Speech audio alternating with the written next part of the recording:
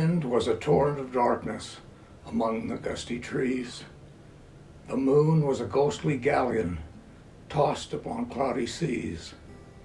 The road was a ribbon of moonlight over the purple moor, and the highwayman came riding, riding, riding. The highwayman came riding up to the old inn door. He'd a French cocked hat on his forehead, a bunch of lace at his chin, a coat of the claret velvet with breeches of brown doeskin. They fitted with never a wrinkle. His boots were up to the thigh, and he rode with a jeweled twinkle, his pistol butts a twinkle, his rapier hilt a twinkle, under the jeweled sky. Over the cobbles he clattered and clashed in the dark inn yard. He tapped with his whip on the shutters, but all was locked and barred.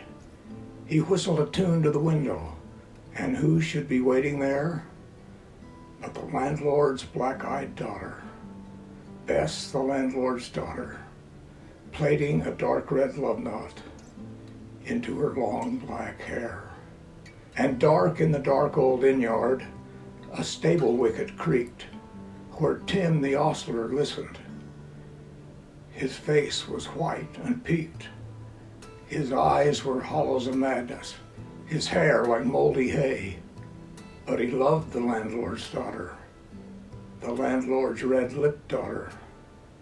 Dumb as a dog he listened, and he heard the robber say, "One kiss, my bonny sweetheart, I'm after a prize tonight, but I shall be back with the yellow gold before the morning light. But if they press me sharply and harry me through the day, then look for me by moonlight. Watch for me by moonlight.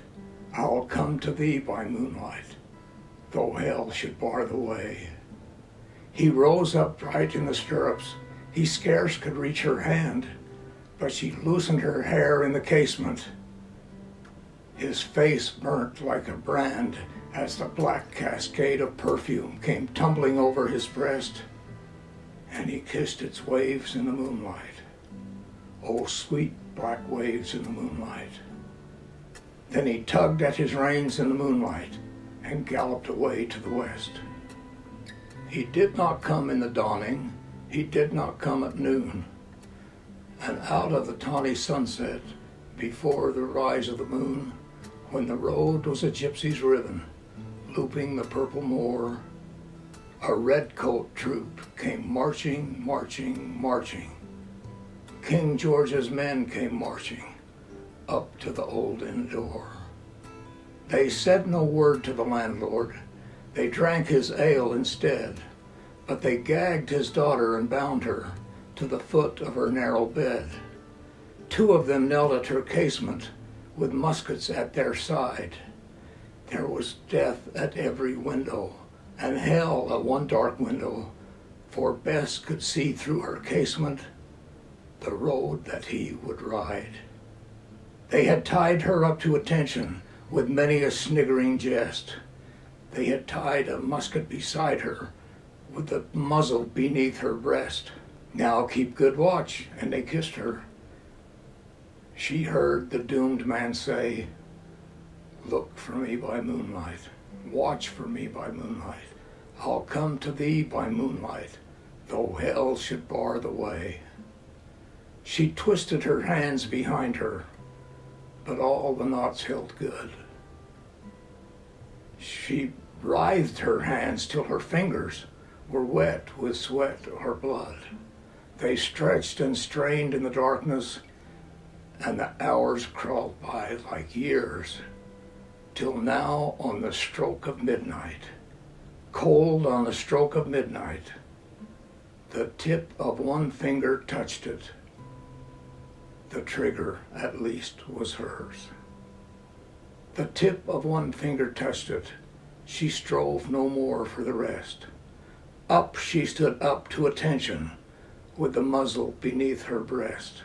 For the road lay bare in the moonlight, blank and bare in the moonlight, and the blood of her veins in the moonlight throbbed to her love's refrain. Had they heard it? The horse hooves ringing clear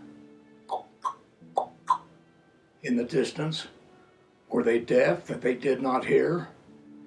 Down the ribbon of moonlight, over the brow of the hill, the highwayman came riding, riding, riding.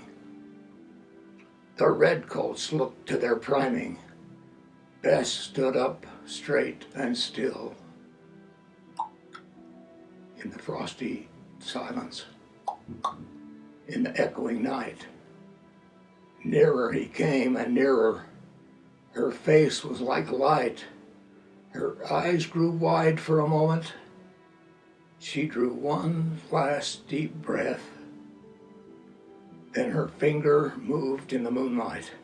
Her muzzle shattered the moonlight, shattered her breast in the moonlight, and warned him with her death. He turned, he spurred to the west. He did not know who stood, bowed with her head o'er the musket, drenched with her own red blood. Not till the dawn he heard it, and his face grew gray to hear how Bess, the landlord's daughter, the landlord's black-eyed daughter, had watched for her love in the moonlight and died in the darkness there. Back he spurred like a madman, screeching a curse to the sky, with the white road smoking behind him and his rapier brandished high. Blood red were his spurs in the golden noon, wine red was his velvet coat, as they shot him down on the highway, down like a dog on the highway, and he lay in his blood on the highway, with a bunch of lace at his throat. And still, of a winter's night, they say, when the wind is in the trees, when the moon is a ghostly galleon tossed upon cloudy seas, when the road is a ribbon of moonlight over the purple moor, a highwayman comes riding, riding, riding. A highwayman comes riding up to the old inn door. Over the cobbles he clatters and clangs in the dark inn yard. He taps with his whip on the shutters, but all is locked and barred. He whistles a tune to the window, and who should be waiting there but the landlord's black-eyed daughter, Bess, the landlord's daughter, plaiting a dark red love knot into her long black hair.